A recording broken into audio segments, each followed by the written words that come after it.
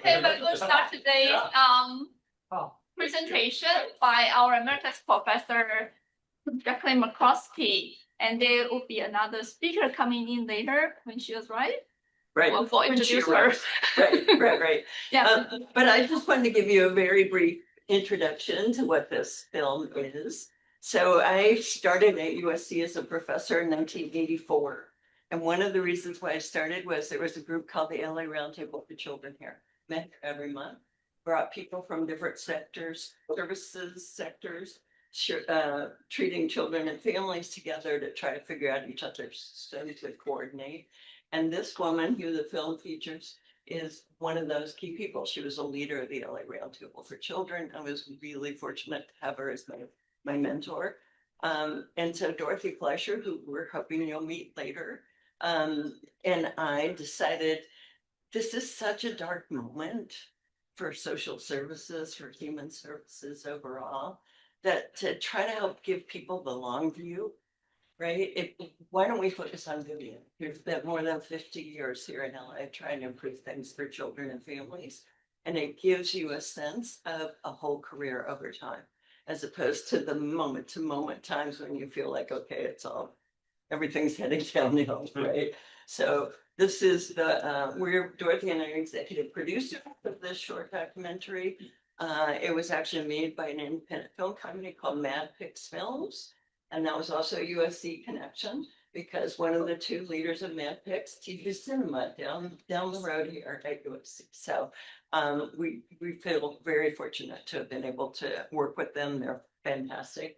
And we're just going to show it to you. And then we'll see what you have to say.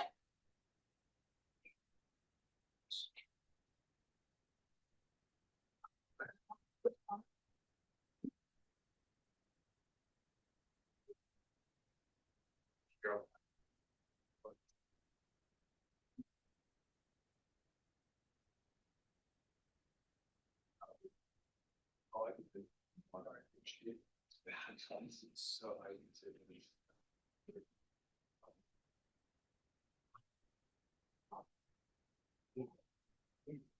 I need I'll say that. No, I was Goodbye. I think at least. Is he working? Okay. You have to guess what they're saying. No. subtitle it. Yeah.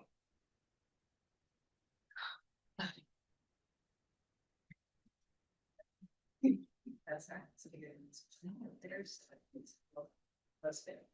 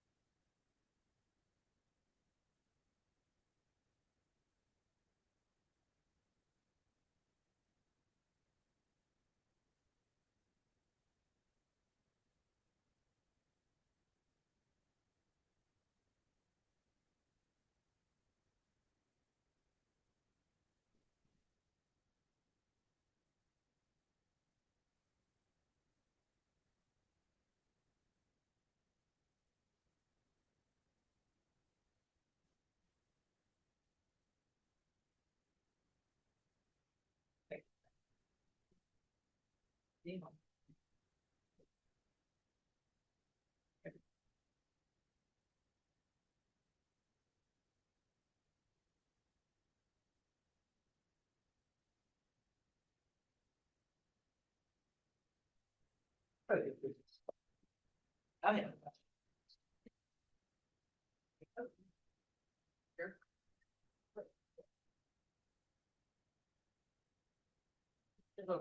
Just waiting for your ship. I think But that's what I it took a quality down. That's the Oh, yeah. wait, so the name you gave us was right? Yeah. Oh, okay.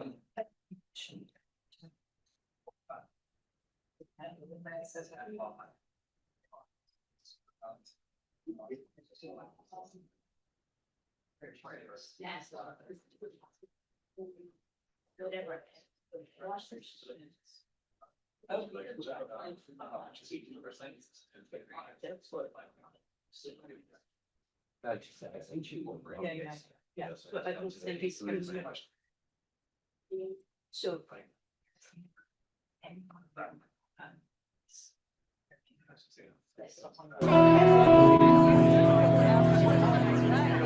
We're old friends with Vivian. Lovely lady. Ah, your day is here. Made us feel living up and having a good time. She was such a strong, present. The wrong way, but She was a person who learned really early on that it's about the people she works with. It was never about her. Celebrate this life that you have given. It's so important. The word advocacy didn't exist in those days. That's right. But we had it. Vivian was ahead of her time. We were stepping out on a limb, all of us. Now, those of you that are familiar with Vivian Weinstein, and I presume that's just about everybody here, know that she's devoted more than 50 years to improving the lives of children in the country. Vivian just doesn't understand the effect that she had. And David said, I know why, because there's always more to do.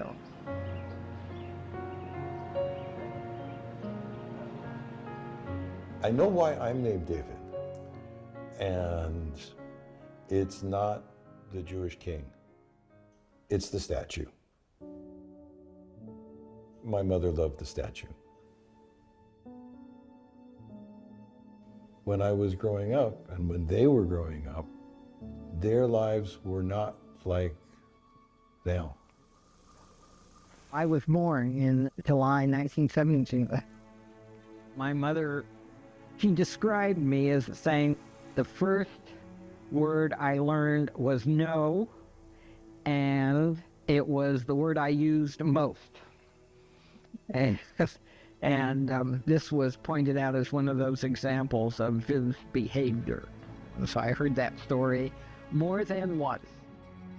She complained while she was being raised that her mother was much harder on her than she was on her sister, because my mother, her left arm ended at the elbow. In the early days, it was a really tremendous blow. And at some point in my life, she said when she first saw me, her first thought was to throw me out the window of the hospital. Her second thought was to commit suicide, because she was, after all, responsible. And her third sort of reaction was, well, I'm here and she's got to cope with it. And she coped incredibly well. And her driving philosophy was, by God, I was going to learn how to do everything that anybody else could do, and I was never going to think of myself as disabled or handicapped or whatever, and she did it. She really did it. From the time she was 12 or 13 years old and going to the neighborhood community house and finding herself organizing activities and events for the younger children.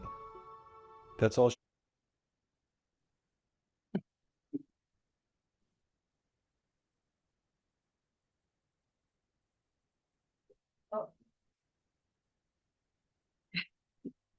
Sorry about that. Children was what she did. We're here for a very special occasion.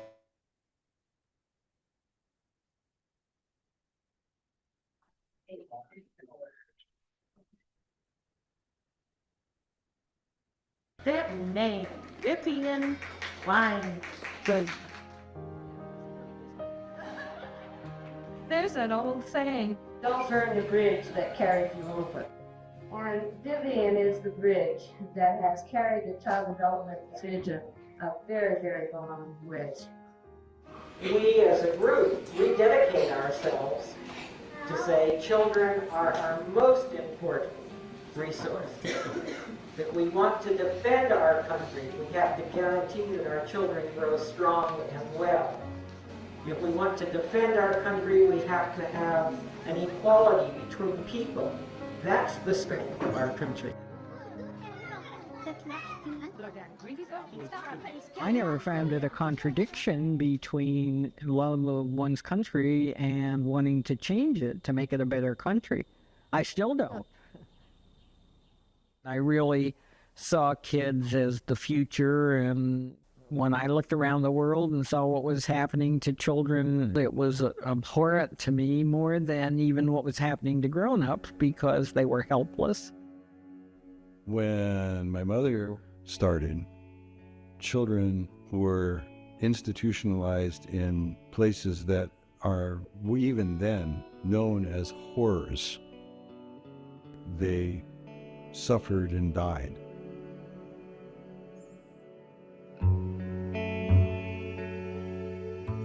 It was, even by the standards of the time, appalling. Certainly, I can remember the feeling of helplessness for the people that somehow I always identified with helplessness and was angry about it. That's the thing. I mean, I really didn't want to be helpless. Didn't like the feeling of being helpless.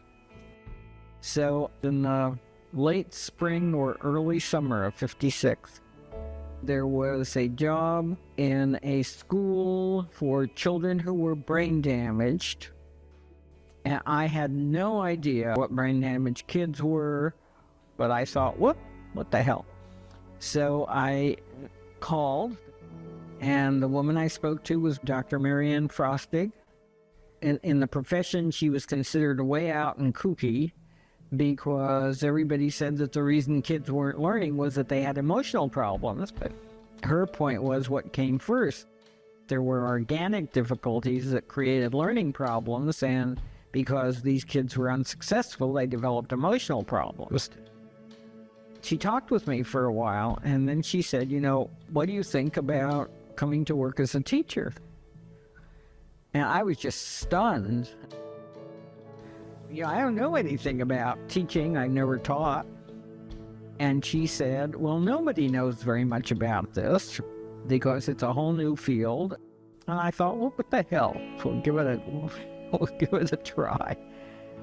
When Marianne Frostig hired my mother, she was this woman Viennese psychiatrist in a field that didn't really know that was a thing.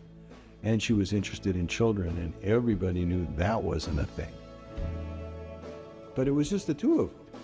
It was just a little band of people doing something for which there was no model. Although I started as a teacher, I came to Marianne with the idea that we ought to be doing something with parents, and she said, well, you can do that. And we really pioneered group therapy for parents. Nobody was doing that. Now there are programs at hospitals and schools. There's a whole infrastructure that exists and professional pathways to supply people to work in these institutions. None of that existed when Marianne hired my mother.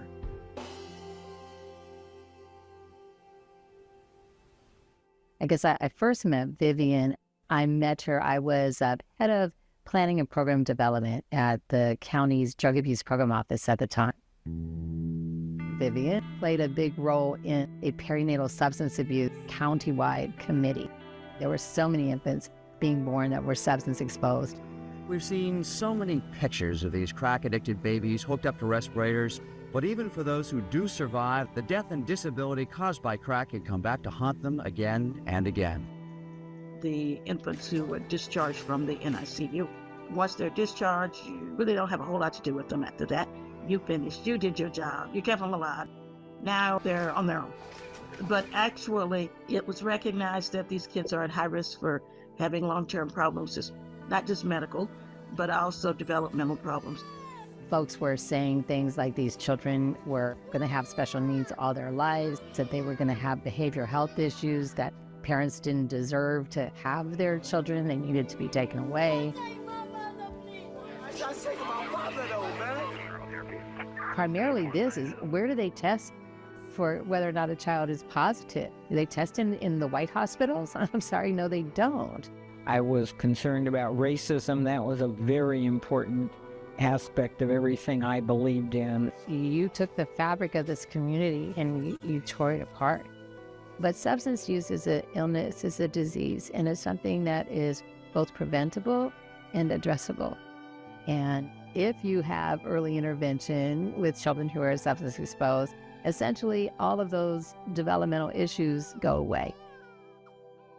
And there were no services.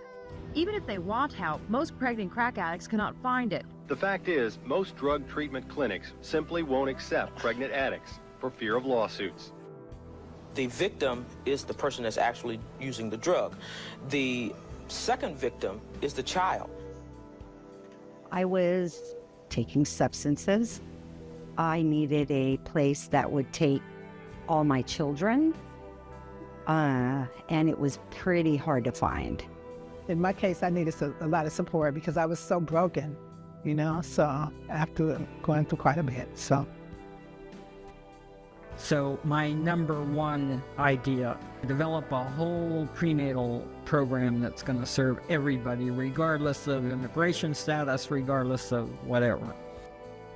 What Vivian asked me to do was work with child development in a joint project in which we would set up a separate clinic in which we would follow these kids. She was, of course, very involved in ensuring that as we did this, that we paid attention to how these children were developing. And I started working with her and another colleague of mine, Kathy. Excelina, Vivian, and I would often just sit and talk about what are the possibilities. I didn't know she was supposed to be the doctor. I'm sorry. We have this system that's so fractured. So I would like to see one resource center in every community where there's both the prenatal care and baby care afterwards, so that mothers don't have to go to half a dozen different places to get services. We began looking at trying to establish programs in the community that would address the needs of this specific population. With a lot of the influence of Vivian, ultimately we did found Shields for Families, and we started Genesis, and it was the first program in the country, on an outpatient basis, that took a mother and her children.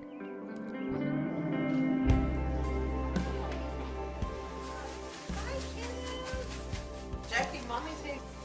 Who got buckets? Those are yours. Who did that? Me and you. I finally got connected to Shields. When I called, they were able to take me and all three of my children. This big truck.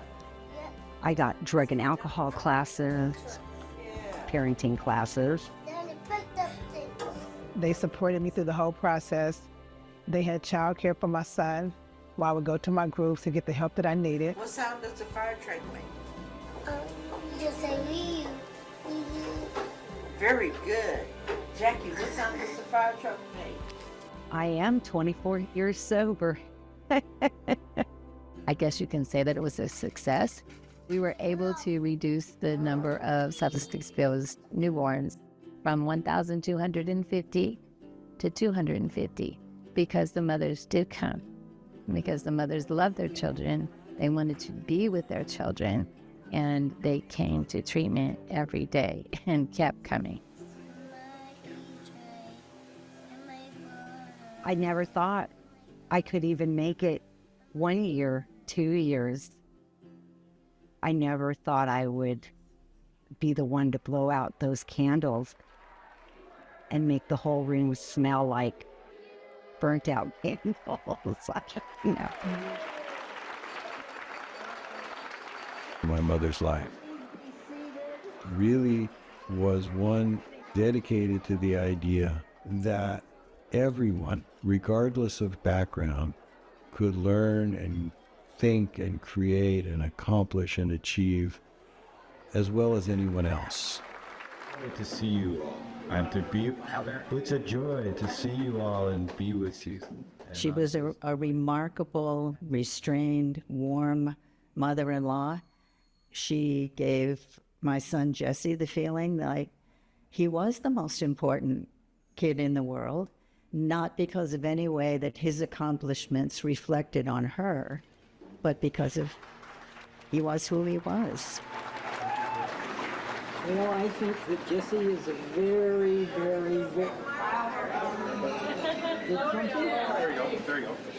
I'm not ready to throw in the towel yet. I mean, 76 is old, but it's not old enough when there are lots of things that still need doing. I am very privileged to be Jesse's grandmother. And so I'm not thinking about slowing down yet, but we'll see what happens. To my Aunt Vivian, who never gets tired of doing the right things and doing them well. So here's to another 56. Yes. Happy birthday.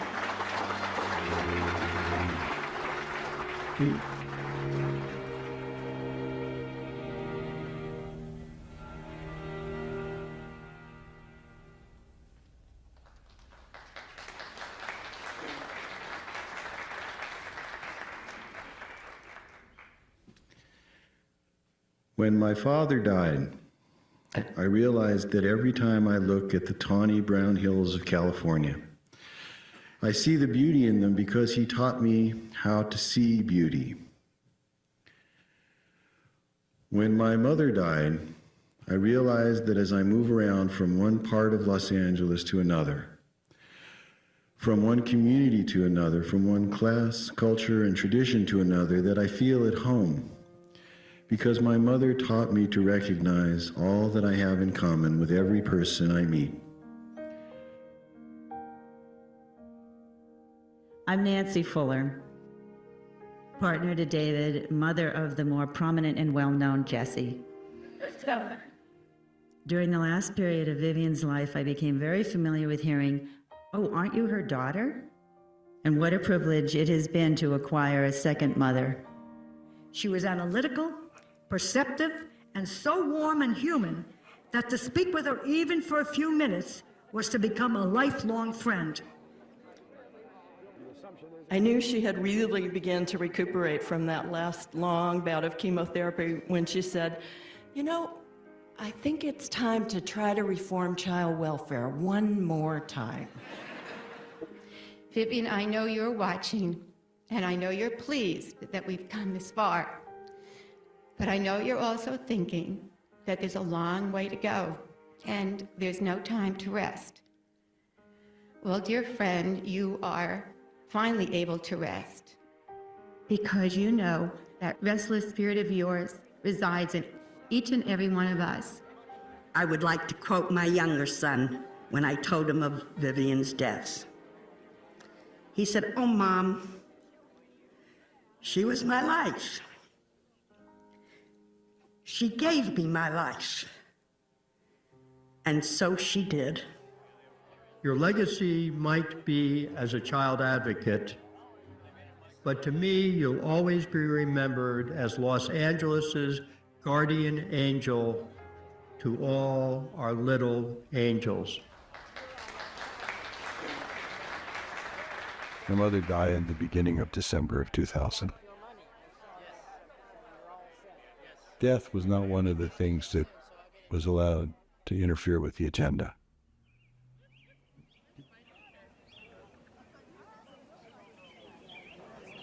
So every one of you is here because you're deeply concerned about the future of our children. Just in the course of this evening, the number of people I spoke to, that everything I learned from Vivian Weinstein. My mother didn't stay a teacher for very long. She became an administrator, and she built institutions. Vivian invested in organizations. Because of her, pediatricians in South LA were trained by early childhood educators, and foster parents received their preparation in community colleges. I've never known anyone else here. Vivian decided we should create a child care policy for the city of LA. It was the first municipality in the country to create one. I could not have done it without Vivian. She showed us what it means to speak truth to power in rooms where decisions about resources are being made. When Vivian's not there and I think, okay, now how would Vivian handle this? A number of us to this day still, as our moral compass, ask ourselves, what would Vivian do? What would she say? This is a very difficult moment, but I'm going to try. First of all, Vivian's sage guidance enabled us to be, quote, ever watchful for the opportunity to shelter little children with the umbrella of your charity. Neil had a dream. I must tell you that I was one of the skeptics, because when he first asked about a class in child advocacy, we had several meetings. Wendy Lazarus. she was a persistent agitator for the kind of good trouble that John Lewis talked about. My philosophy is very simple. When you see something that is not fair, not just, say something, do something, get in trouble, good trouble, necessary trouble. She showed the importance of an independent voice that was not beholden to an employer, to an institution, whatever. I found her exemplary as a true visionary leader.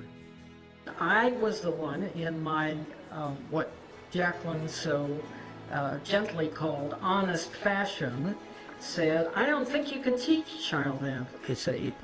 I mean, it's something that you have to sort of grow with, and it has to come from inside. I marvel again at her energy, and her influence on me continues to resonate to this day. So she's a one in a generation. And I must tell you, they were right and I was wrong. It is possible to teach beginning child advocacy. Child advocacy 1. My mother's legacy is in the expectation that children deserve to be cared for, deserve to be nurtured, deserve to be supported, and that it's the state's responsibility to provide this infrastructure.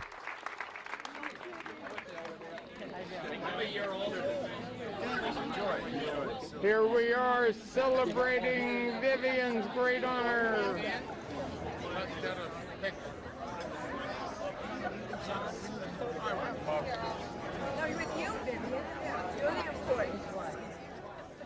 And now, all these years later, there are millions and millions and millions and millions of children all over the world who are benefiting from the idea that children need and deserve and can be helped by all of this infrastructure.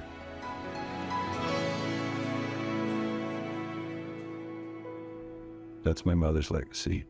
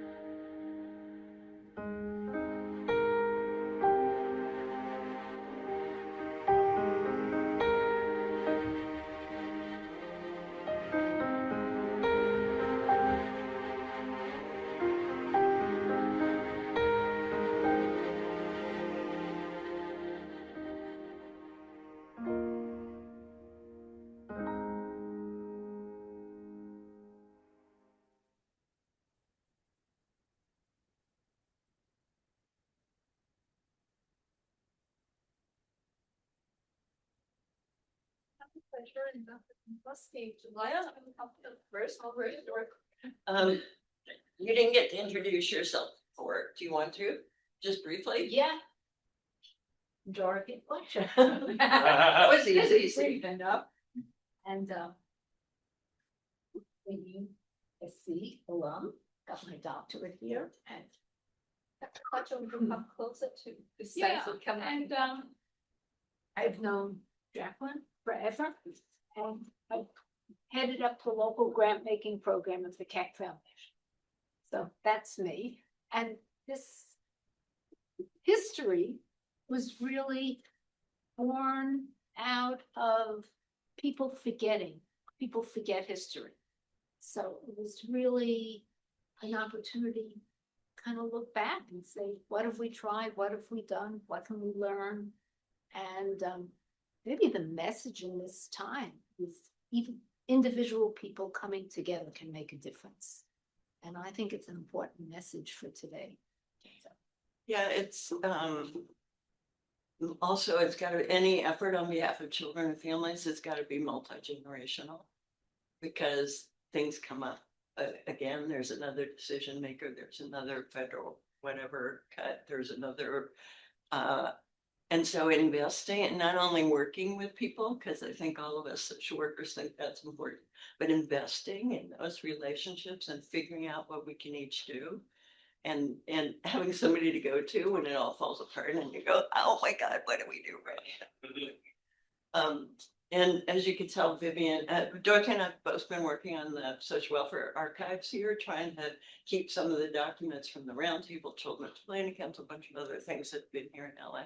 And as she said, right now, county government is reinventing a budget, trying to figure out how much it spends on children.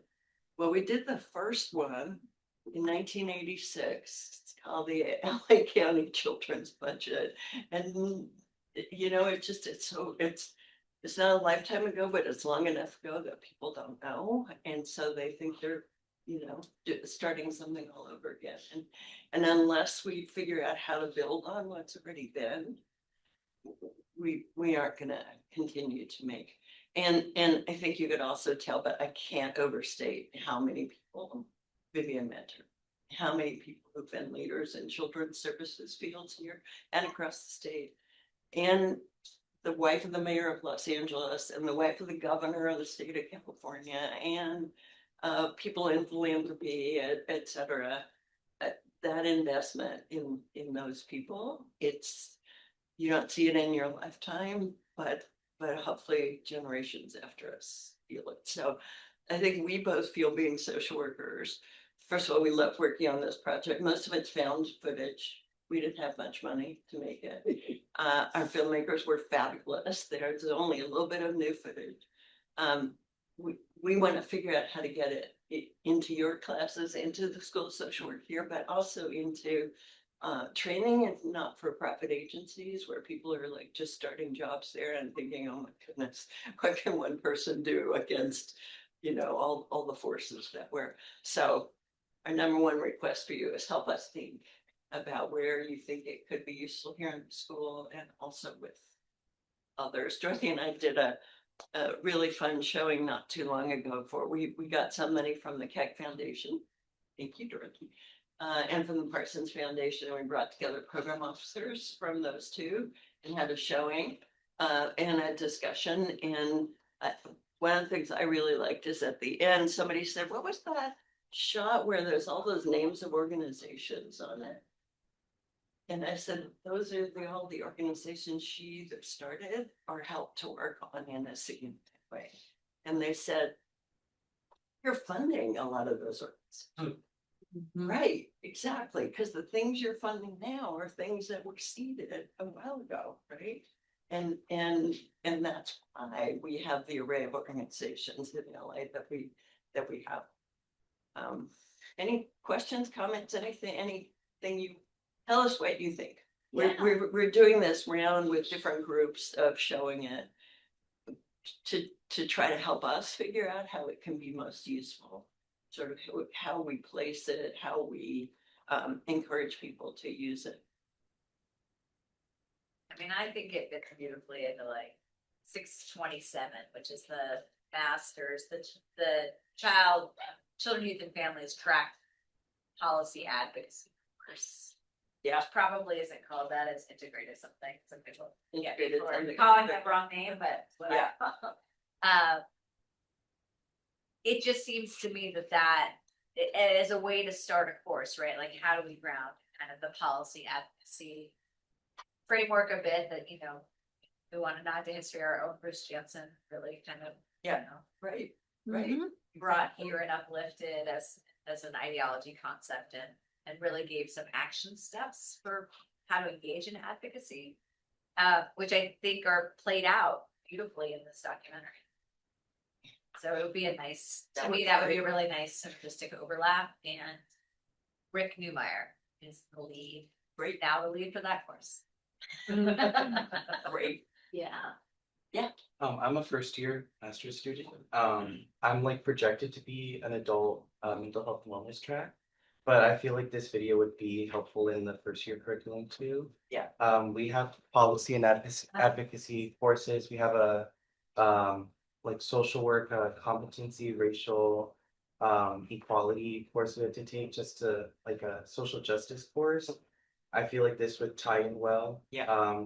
I feel like she's operating from competence. She's not from these communities, but I thought it was powerful. I feel like not such an expansive film that it would take up a lot of time from non-children centered curriculum. But I feel like even for those of us who don't want to go specifically right now into children's services, this is vital work. We're going to be working with children no matter what. If we're working with adults, you work with children. So yeah. That's what she started. You know, she said in Frosted Center with parents. To do the group therapy. Yeah. Oh, and then just a follow-up question. She said that she developed Genesis as like the first stage of that program. Did that turn into Shields, or was that like the when Shields was started by Exelina Bean and Kathy Eisenhower, you saw it there, and one other person. And the first program they started, so the agency Shields for Families, their first program was Genesis. And all of their programs, it took me forever to realize this, have biblical names to them. So Genesis started there, right? Yeah.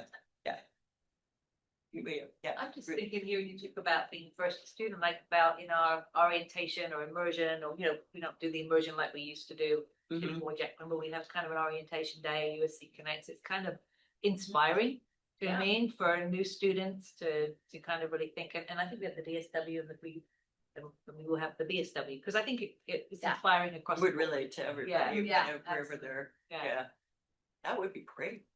Yeah, and be interesting to just look back at the organizations she touched and see if people are interested in learning more about any one of them that still exist, because they're really making a difference now. I'm sorry, you want to. Yeah, just I like that Julie's idea that I like your better and like yours better.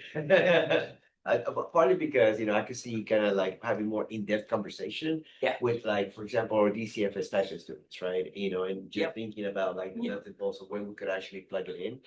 Because then when the slide that talked about all the agencies, she was able to kind of set up, they're interacting with those organizations. You know, so knowing the context of the kind of why it started. And I know frequently these students feel like, oh, what can I do against this bureaucracy? But this will be inspiring, you know, to see what they can do to be, you know, so somehow be presented in the general curriculum somewhere, you know, the orientation, the generalist practice, and then I could see working with Rafael and Holly to have more in-depth conversations in the DCFS training program. Right. Yes. Yes. And there are, for a lot of those agencies, there are some materials that might be useful for deeper conversations.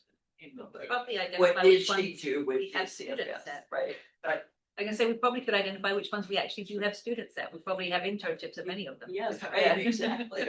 And that slide goes by really fast. I know, but yeah, we could, yes, get you the list.